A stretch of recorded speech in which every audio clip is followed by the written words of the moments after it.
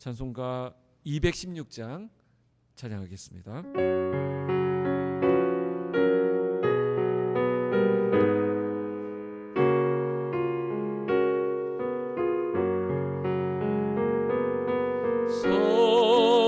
성자의 귀한 몸 날 위하여 버리신 그 사랑 고마워라. 내 머리 숙여서 주님께 비는 말 나무어 주님께 바치리까. 지금도 날 위해 간구하심 이 옅은 믿음이 하옵나니 주님의 참사랑 고맙고 놀라워 찬송과 기도를 쉬지 않네. 주님의 십자가 나도 지고 신실한 믿음과 마음으로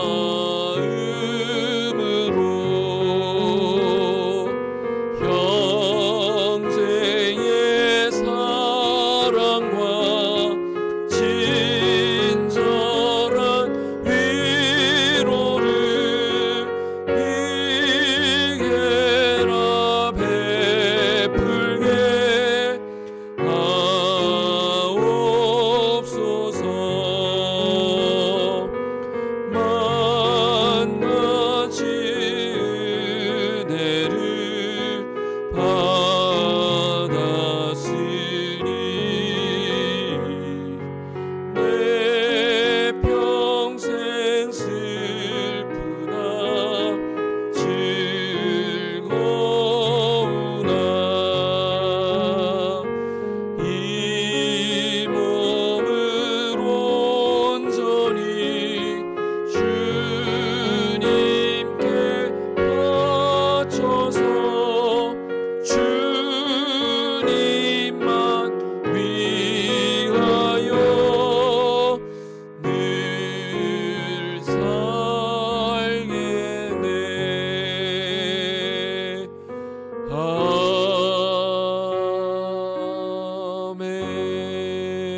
아멘. 오늘 본문 말씀은 누가복음 4장 21절부터 30절까지입니다.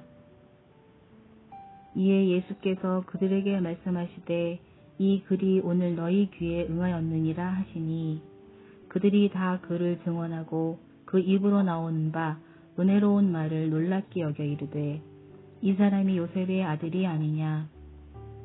예수께서 그들에게 이르시되 너희가 반드시 의사야 너 자신을 고치라 하는 속담을 인용하여 내게 말하기를 우리가 들은 바 가버나움에서 행한 일을 내 고향 여기서도 행하라 하리라.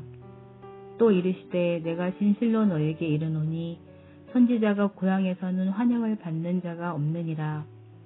내가 참으로 너에게 이르노니 엘리야 시대에 하늘이 3년 6개월간 닫히어 온 땅에 큰 흉년이 들었을 때에 이스라엘에 많은 과부가 있었을 때 엘리야가 그중 한 사람에게도 보내심을 받지 않고 오직 시돈 땅에 있는 사렙다의 한 과부에게 뿐이었으며 또 선지자 엘리사 때에 이스라엘에 많은 나병 환자가 있었을 때 그 중에 한 사람도 깨끗함을 얻지 못하고 오직 수리아 사람 나아만 뿐이었느니라.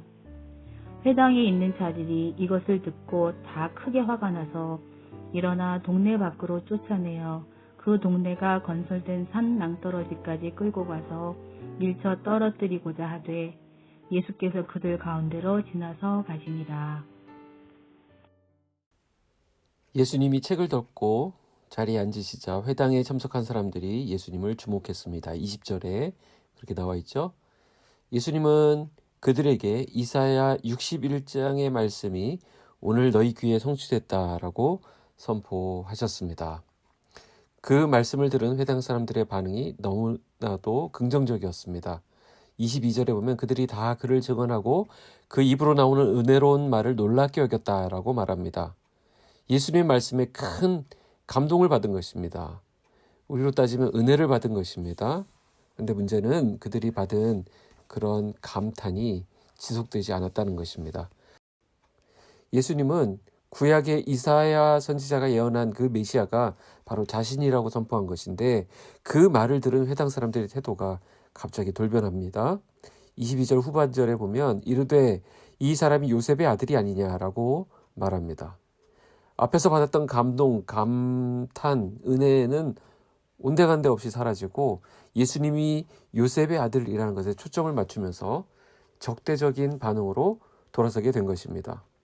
그들은 은혜로운 말씀을 전한 예수가 자기들의 고향 사람이기 때문에 먼저 자신들에게 큰 혜택이나 또 어떤 도움을 줄 것으로 기대했던 것입니다. 예수님은 그들의 기대를 두 가지 격언으로 그대로 노출을 시키시는데요. 의사와 관련된 이 격언은 그들의 생각을 그대로 나타낸 것입니다. 이게 고향 사람들의 열망이었다는 것이죠. 그리고 또 하나는 고향에서 선지자가 환영을 받지 못한다라는 내용입니다. 결국 나사렛 사람들은 편협하고 또 그들이 가지고 있는 이기적인 편견으로 메시아의 사역을 그들의 생각 안에 가두려 한다라는 것입니다. 그리고 또한 예수님은 나사렛 사람들의 태도를 엘리야 시대의 반응과 연결하시는데 엘리야 시대에 하늘이 3년 6개월 동안 닫혀서 땅에 큰 흉년이 들었습니다. 그때 이스라엘에 많은 과부들이 있었지만 엘리야는 시돈 땅에 있는 이방 땅입니다. 사렙다의 한 과부에게 찾아갔습니다. 많은 나병 환자들이 있었지만 수리아 사람 나아만 혼자 치유받았던 이야기를 27절에 합니다. 그러니까 엘리야는 시돈 땅에 있는 한 과부에게 보냄을 받았고 엘리사는 수리아 사람 나아만에게 보냄을 받았습니다. 엘리야, 엘리사는 구약을 상징하는 아주 중요한 선지자가 되는데 이 두 사람이 보냄을 받고 이 두 사람이 치유했던 그런 사람들이 전부 다 이방 사람이라는 것을 강조하고 있고 하나님의 은혜는 이스라엘을 지나쳐 이방인들에게 주어졌다라는 것을 강조하고 있습니다. 예수님의 고향 나사렛은 어떤 곳입니까? 나사렛이 이스라엘에서도 가장 가난하고 낙후된 동네로 알려져 있습니다. 이 지역을 가장 잘 설명하는 구절이 바로 29절인데 그 동네가 건설된 산 낭떠러지라는 표현을 여러분들이 보실 수 있을까요? 그 표현이 나와 있는데 이것은 예사로운 표현이 아닙니다. 말 그대로 그 마을은 산동네라는 것입니다. 회당에 있던 사람들이 예수님을 낭떠러지까지 끌고 가서 밀치려고 했다고 하는데 아마 그 높은 곳에서 떨어뜨린 다음에 돌을 던지는 투석형을 하려고 했던 것 같습니다. 이들이 굉장히 분노하고 있습니다. 나사렛 사람들이 왜 갑자기 이렇게 돌변했을까요? 왜 예수님을 적대적으로 배척하고 있습니까? 다름 아닌 그들 안에 생겨난 편협과 편견 때문이었습니다. 은혜의 말씀을 들었지만 예수님에 대한 편협한 마음 그리고 편견으로 인해서 그 은혜가 소멸되고 만 것입니다. 그들은 예수님께서 하나님의 은혜를 이방 지역으로 확대하는 것 용납할 수 없었고 또 자신들의 영적 수준을 아주 저 아래 낮게 평가하는 것도 받아들일 수 없었습니다. 편협과 편견은 단순하고 가벼운 문제가 아닙니다. 그 근원에는 교만이 있습니다. 선입견, 편견, 편협한 마음의 그 기준은 바로 자기 자신입니다. 내가 기준이 되어서 상대방을 평가하고 판단하는 것이 바로 교만의 핵심입니다. 이스라엘 백성들은 예수님이 나사렛 출신이며 요셉의 아들이라는 선입견과 또 편협한 마음과 편견으로 인해서 복음을 받아들이지 못했습니다. 결국 나중에 보면 그것으로 인해서 예수님을 십자가에 못 박게 되죠. 이와 마찬가지입니다. 내 안에 잘못된 편견과 편협함은 은혜를 받더라도 말씀을 듣더라도 그것을 지속하지 못하게 합니다. 그리고 우리 주변에 있는 사람들에게 상처와 아픔을 줍니다. 결국은 나 자신도 패망하게 하는 악의 근원이 되는 것이죠. 이것이 바로 교만의 모습입니다. 복음은 우리 안에 있는 편협함과 편견을 사라지게 합니다. 예수님이 읽으신 이사야 61장 1절에서 2절 말씀은 메시아가 오시면 불행과 죄로 인해 고통당하는 자들을 해방시켜 주신다는 아주 복된 소식이었습니다. 그래서 복음이죠. 포로된 자에게 자유를, 눈먼 자에게 다시 보게 함을, 눌린 자를 자유롭게 하는 것. 결국 내 안에 존재하고 있는 교만함을 무너뜨리신다는 것입니다. 교만함에 사로잡혀 있는 나의 모습, 교만으로 눈이 멀어 있는 모습, 또 그 교만으로 인해서 결국 나 자신을 누르고 있는, 그래서 패망의 길로 갈 수밖에 없는 우리 인생들을 주님의 은혜로 회복시켜 주시겠다는 선포의 말씀입니다. 예수님은 그들의 전곡을 찔러서 지적하셨지만 그들은 회개하기는커녕 도리어 분노를 나타냅니다. 그리고 예수님을 죽이려고 합니다. 자, 이런 위기의 상황에서 예수님은 어떻게 하십니까? 30절에 보니까 예수님은 그들 가운데로 지나서 가시니라. 즉 유유히 거기를 빠져나오셨다는 것입니다. 참 신기하죠?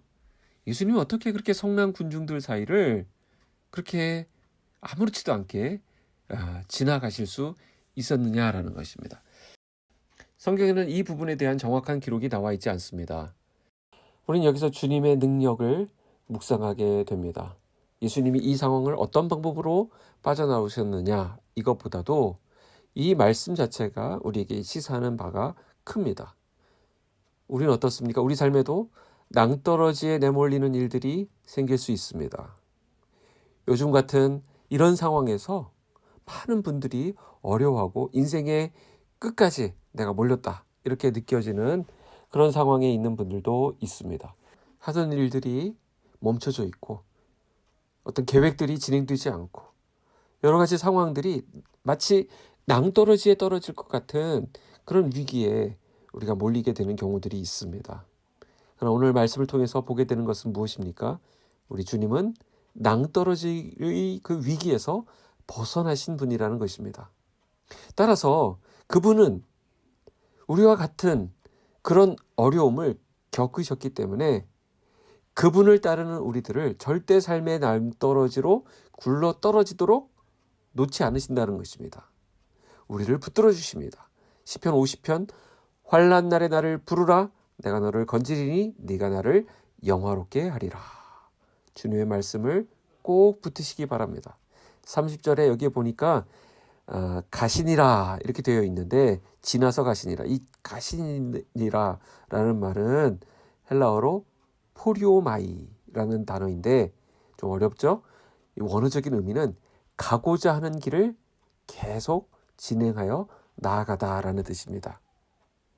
가고자 하는 길을 그냥 지나가는 것이 아니라 목적이 있기 때문에, 목표가 있기 때문에, 사명이 있기 때문에 그것을 향해서 쭉 직진해서 간다는 것입니다.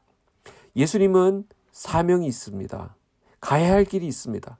낭떠러지에 몰리거나 그를 해하려고 하는 사람들이 주변에 널려 있다 할지라도 그것을 뛰어넘어서 말씀을 성취하기 위해서, 약속을 이루시기 위해서, 하나님의 뜻을 감당하시기 위해서 자신에게 주어진 정해진 길을 걸어가시고 결국 완수하셨다라는 것입니다.